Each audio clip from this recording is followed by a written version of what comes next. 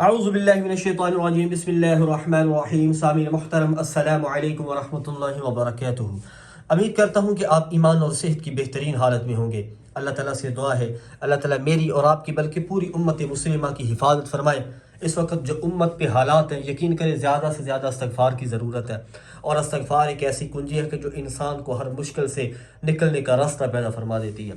خیر، میں عرض کرنا چاہ رہا تھا کہ اللہ تعالیٰ میری اور آپ کی بلکہ پوری امت کی شیاطین کے شر سے، ظالمین کے ظلم سے، یہود و نصارہ کے ناپاک ناپسندیدہ عزائم سے اللہ حفاظت فرمائے۔ اللہ حرمین شریفین کی مسجد اقصیٰ کی حفاظت فرمائے۔ سامعین محترم، حاضر ہوں ایک نئے وظیفے کے ساتھ، ایک ایسا وظیفہ، ایک ایسا مجرب اور اکثیر نسخہ، انشاءاللہ یہ عمل آپ کریں، اس عمل کی برکت سے اللہ تعالیٰ دونوں جہانوں کے خزانے آپ کی جھولی میں ڈال دے گا۔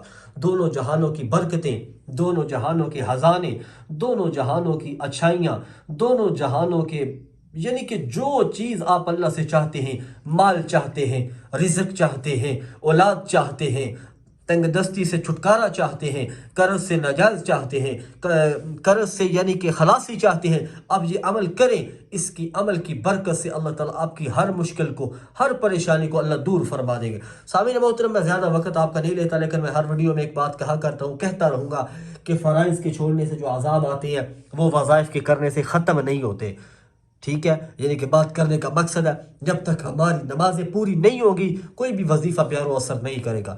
چلتے اپنے وظیفے کی طرف۔ سب سے پہلے آپ یہ عمل کسی بھی وقت کر سکتے ہیں، نہیں معذرت کسی بھی وقت نہیں، عشاء یا مغرب کے بعد۔ میں تھوڑا بھول گیا، انسان بھولن ہارا خطا کا پتلا۔ مغرب یا عشاء کے بعد آپ نے یہ عمل کرنا ہے، مغرب یا عشاء کے بعد کرنا ہے، ٹھیک ہے؟ یہ عمل آپ نے مغرب یا عشاء کے بعد کرنا ہے۔ اس کے بعد آپ نے کسی سے بات نہیں کرنی، ٹھیک ہے؟ کسی سے بات نہیں کرنی۔ اس کے بعد آپ نے کیا کرنا ہے؟ درود شریف پڑھنا ہے جی، درود شریف کوئی بھی طاق، یعنی کہ 3 بار 7 بار 11 بار جتنا آپ پڑھ سکتے ہیں۔ درود ابراہیم میں پڑھے، اس کی تاثیر طاقت زیادہ ہے۔ اس کے بعد آپ نے یا مالک، اللہ تعالیٰ کا اسم مبارک ہے، پلس اللہ الصمد، اللہ الصمد، پھر ساتھ یا غنی۔ یہ آپ نے پڑھنا ہے، کتنی بار پڑھنا ہے؟ یہ آپ نے 27 بار پڑھنا ہے، ٹھیک ہے؟ کیسے پڑھنا ہے؟ یا مالک اللہ الصمد یا غنی، یہ ایک بار شمار ہو گیا ایسے، یا مالک اللہ الصمد یا غنی یہ 2 بار شمار ہوگا۔ ایسے آپ نے 27 بار پڑھنا ہے، ٹھیک ہے؟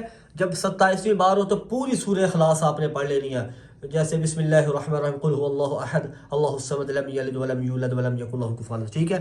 اس کے بعد پھر آپ نے پڑھنا درود شریف، درود شریف لاسٹ میں پھر پڑھنا، ٹھیک ہے؟ اس کے بعد اللہ سے دعا کرنی ہے، جو بھی مقصد ہو، اجازت عام ہے جی۔